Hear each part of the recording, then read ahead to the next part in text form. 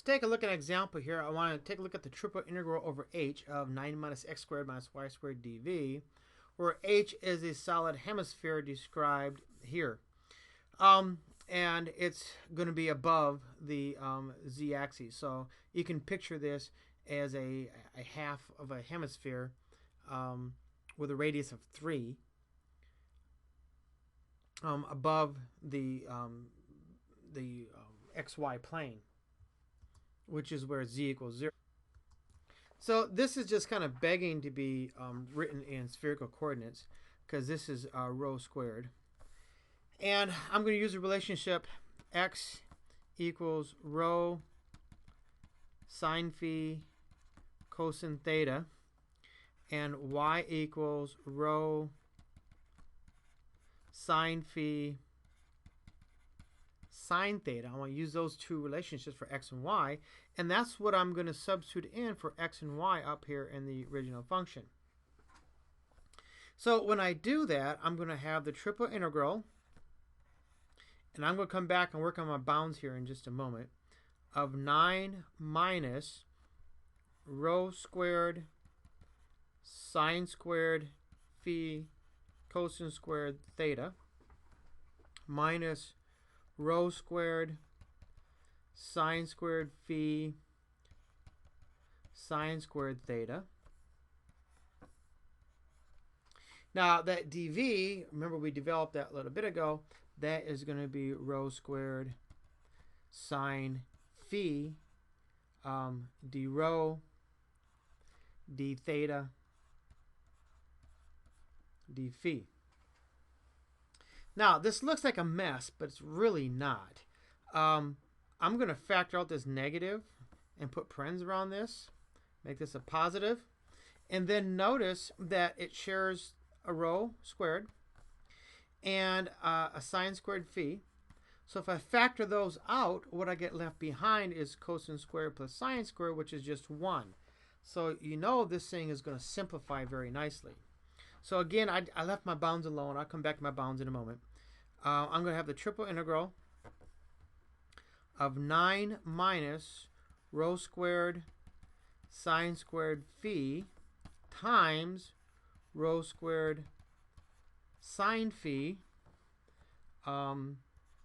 d rho d theta d phi. And now let's think about this integral. I'm going to integrate with respect to rho first, and rho goes from 0 to 3. And then theta, well, this is the upper hemisphere, so theta, remember theta is the angle, thinking in terms of polar coordinates on the xy axis. So theta is going to go from 0 to 2 pi. It's going all the way around the circle. And then from this upper hemisphere, I'm thinking in terms of phi. Phi is going to start from 0 and go up to, so it's pointing straight up and down on the z-axis. That is from 0 to pi over 2. So I'm going to do just a little bit more algebra with this, and I'm going to take a look at this integral from 0 to pi over 2, 0 to 2 pi, 0 to 3. I'm just going to distribute this through, and I'm going to have, see, 9 rho squared sine phi minus rho to the 4th sine cube phi d rho d theta d phi. So now I need to start taking integrals. I'm going to take the integral with respect to rho first. So I'm going to call that part 1. This will be the integral from 0 to 3 of 9 rho squared sine phi minus rho to the 4th sine cube phi d rho, which is just going to be 3 rho cubed, because rho cubed with a 3, 3's will cancel with a 9, sine phi minus rho to the 5th over 5 sine cube phi evaluated from 0 to 3. This is going to be, you see, 3 cubed is 27 times 3, that's 81 sine phi minus 3 to the 5th. I'm not sure what 3 to the 5th is off the top of my head. Don't really care. I'm just going to write it as 3 to the 5th right now over 5 sine cubed phi. And of course, at 0, it's all 0, so it goes away. So now I'm going to take my second integral, which was 0 to 2 pi of 81 sine phi minus 3 to the 5th over 5 sine cubed phi d theta. That's probably the easiest of all those integrals to take. That's just this whole thing times 2 pi. So I'm going to say 2 pi times that whole thing.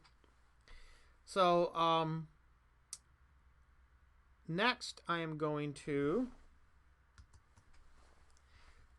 do this third part. I need the integral from 0 to pi over 2. I'm going to move this 3 over a little bit, and I'm going to put my 2 pi in there. 2 pi. See, I'm going to have 81 sine phi. I'm going to break this up right away. Just, I think, be a little bit easier to see. So 81 sine phi d phi minus 2 pi times 3 to the 5th over 5.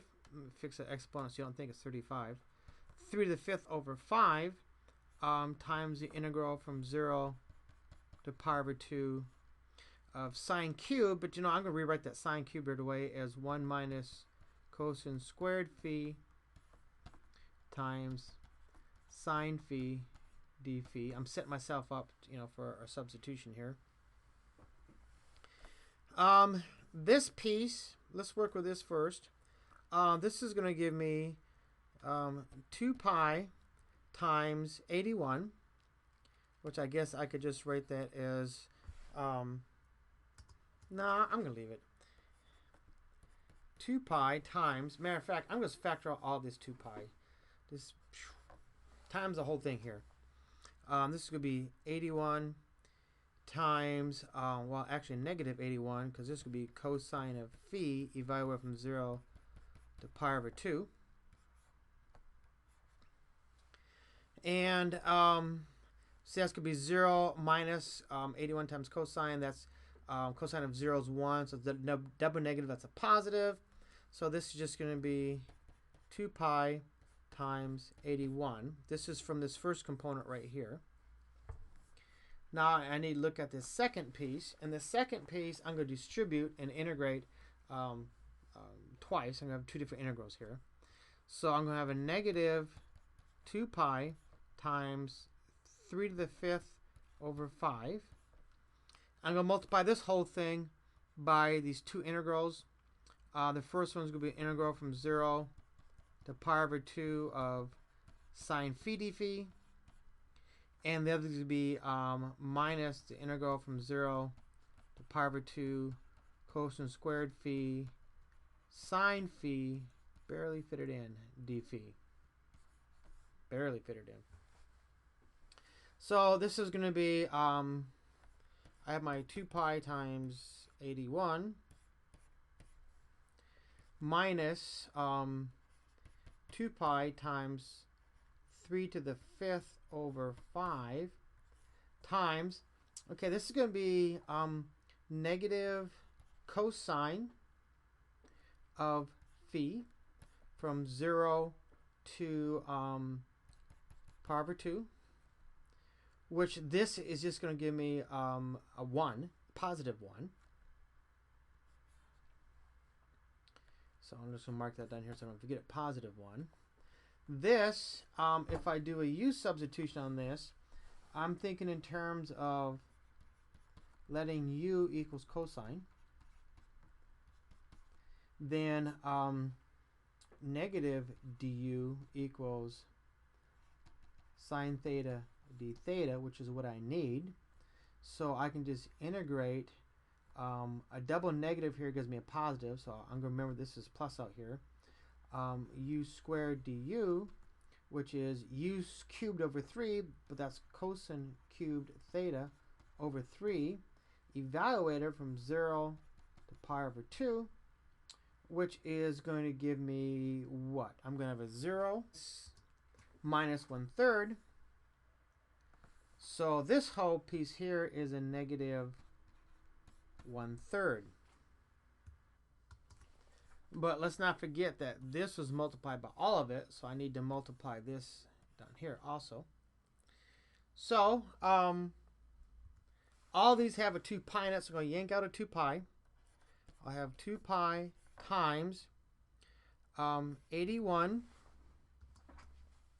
minus 3 to the 5th over 5. A double negative, so that's going to be a positive 3 to the 5th over 15.